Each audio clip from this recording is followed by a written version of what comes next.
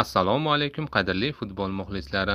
Bugun tongdan O'zbekiston milliy terma jamoasi Jahon chempionati guruh bosqich birinchi turida Kolumbiyaga qarshi maydonga tushib 3-1 hisobida imkoniyatni boy berdi. Uchrashuvdan keyin Kolumbiya terma jamoasi sardori James Rodriguez O'zbekiston ustidan qozonilgan g'alaba haqida o'z fikrlarini bildirdi. O'zbekistonga qarshi uchrashuv xuddi birinchi o'yinimga tushayotganimdek o'ziga xos bo'ldi. Madhiya yangraganida bu holatni his qilish takrorlanmas tuyg'u edi. Bundan baxtiyorman.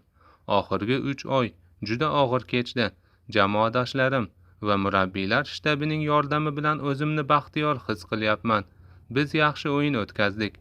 O'zbekiston taktik jihatdan kuchli, chuqur himoyalanishdi. Men to'pni uzatish va o'yinni tashkil qilish uchun orqaroqqa qaytishga harakat qildim. Men bo'shatgan zonalarga Puerta va Jon Arias kirib borishardi. Yoningizda shunday betakror iqtidorga ega yigitlar bo'lganida hammasi juda oson kechadi, dedi 34 yoshli yarim himoyachi James Rodriguez.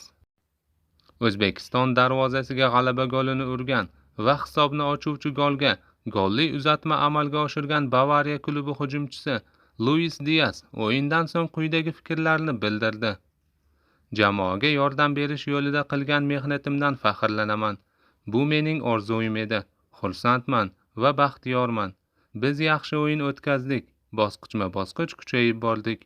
Ikkinchi bo'limda tempni biroz tushirdik. Ammo bu normal holat. Bundan buyon o'sishda davom etamiz. Xatolarimizni to'g'rilaymiz va albatta tiklanib olamiz. Murabbiy bilan gaplashganimda u mendan himoyaga ham yordam berishimni so'ragan edi. Buning hech qanday muammosi yo'qligini aytdim. Biz bir jamoamiz va barchamiz birdek mehnat qilsak, yakka tartibdagi harakatlarimizdan-da yaxshiroq chiqadi. Hamilton va Kucho ajoyib gollar urishdi va bu bizning qanday oila ekanligimizni ko'rsatadi. Maydonga James bilan chiqayotganimda u menga bundan zavq ol dedi. Uning ko'ziga yosh kelgan edi.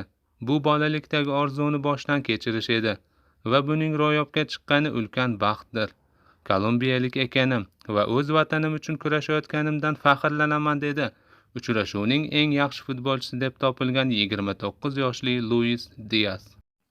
O'zbekiston terma jamoasi hamda Surxon klubining 18 yoshli himoyachisi uchrashuvning so'nggi daqiqalarida darvoza to'sinini larzaga keltirgan Behruz Karimov o'yindan so'ng quyidagi fikrlarni bildirdi. Avvalambor assalomu alaykum.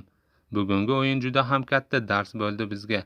Albatta, Kolumbiyaga qarshi yetarlicha qarshilik ko'rsata oldik, lekin xatolarimiz ham bo'ldi. Keyingi o'yinlarda ham bu xatolarni yo'qotishga harakat qilamiz. Portugaliya, Kongo hammasiga yetarlicha qarshilik qilib, guruhdan chiqishni maqsad qilganmiz.